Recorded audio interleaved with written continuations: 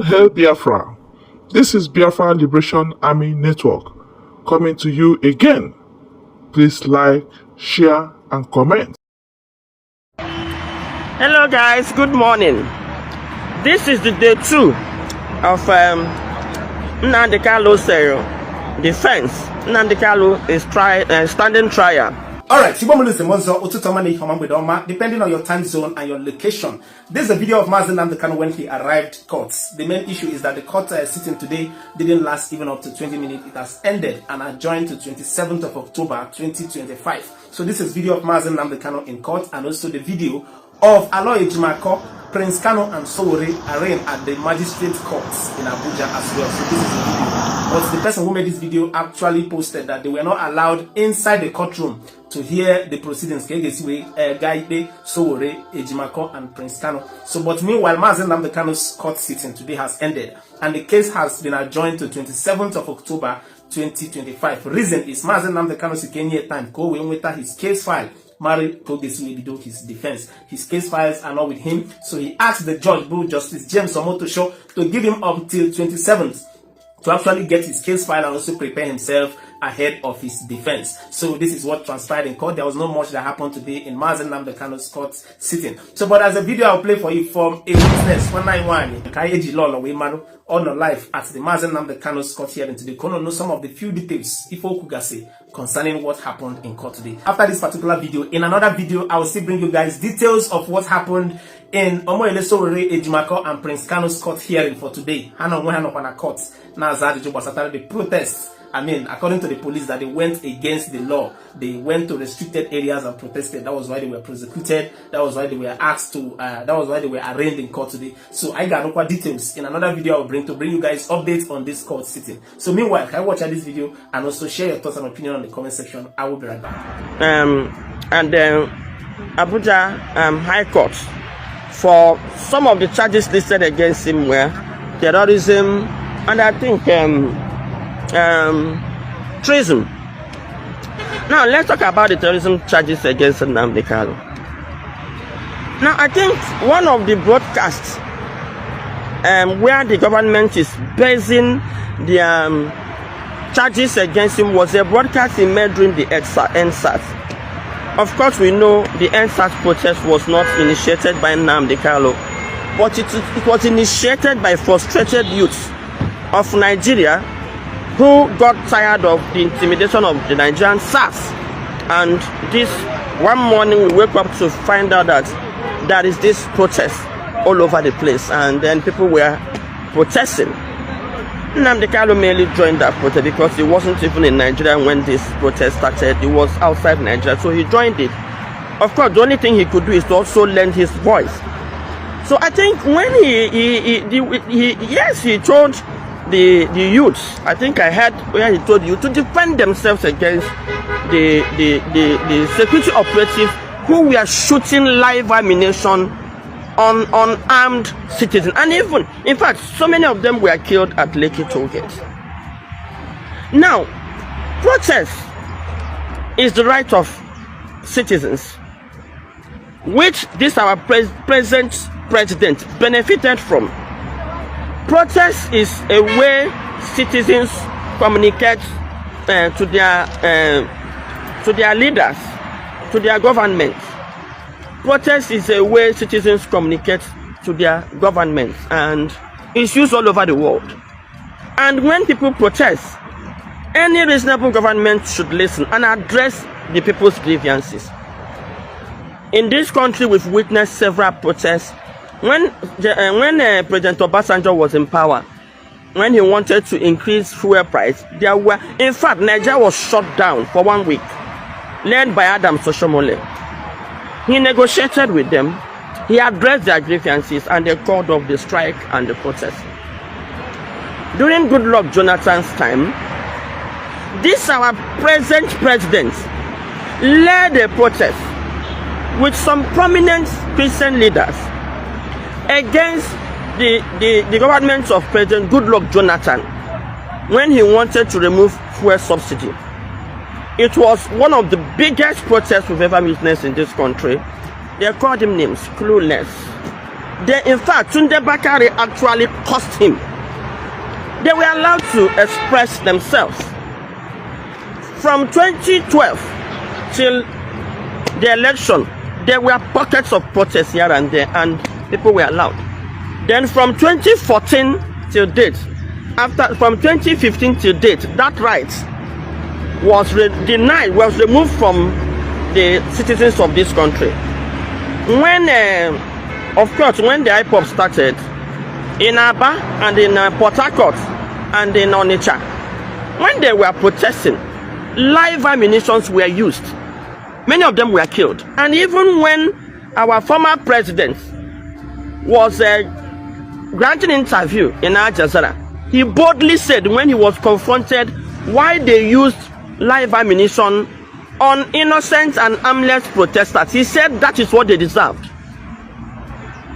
Now, during the NSAS protest, citizens were killed, were shot. Now, it was within that period that Nnamdi Kanu made that post and said, citizens, defend yourself. If it means killing them and disarming them, kill them, disarm them, and defend yourself.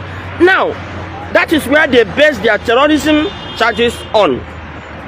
Now, a government that disobeyed his own law, how do they now expect citizens to obey this same law they disobeyed? A government that created a state of anarchy, and they are expecting the citizens to swallow this state of anarchy you created. This is the situation we found ourselves in this country. A government that went to Kenya to abduct a citizen. What right that turned itself to kidnapper? What right do you think this government have to try some person they kidnapped? This is the situation we found ourselves in this country. A government that disobeyed a an appeal court judgment, because appeal court has tried this guy, discharged and acquitted him. The federal the Supreme Court upheld the judgment of the appeal court. So and now they fast forward, they are trying this young man on a high court, federal high court, lower than both the appeal court and the Supreme Court. Now, my question to Nigerians, let us look at it this way. How is the federal government expecting this young man to now obey whatever judgment that will come out of this when they disobey an appeal court judgment, a Supreme Court judgment?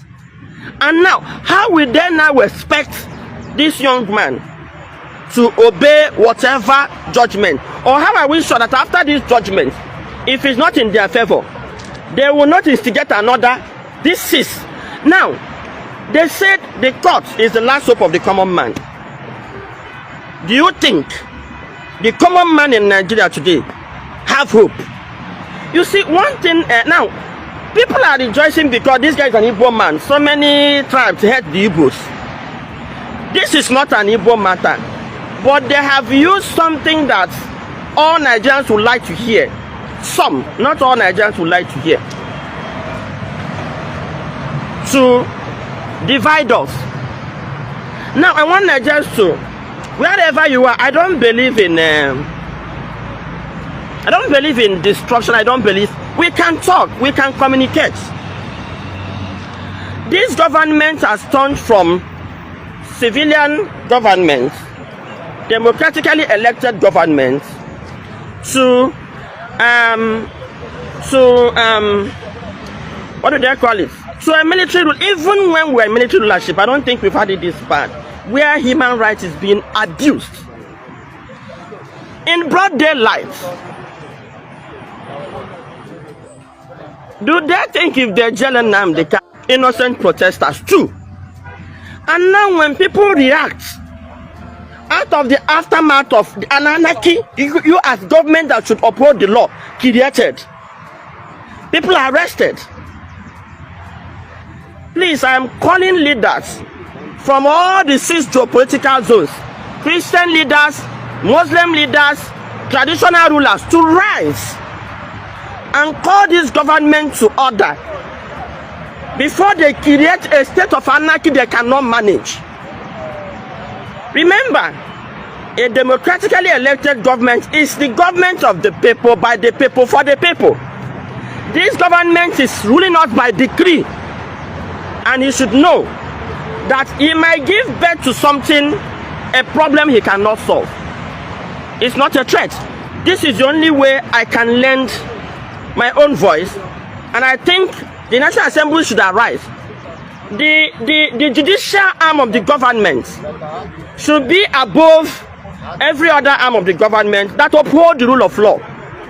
The truth of the matter is that the judicial arm of the government is completely dead in the pockets of the executive arm of the government. This is a country where you can see 5 judgments in one matter.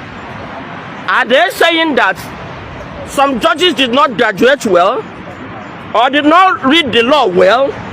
That we can have in this country, you can have PDP have a judgment from Port Harcourt, another PDP we have in Lagos, another one. This is, in fact, they're making mockery of the judicial system, and the judiciary is comfortable. I'm calling on the Chief Justice of Nigeria, Mrs.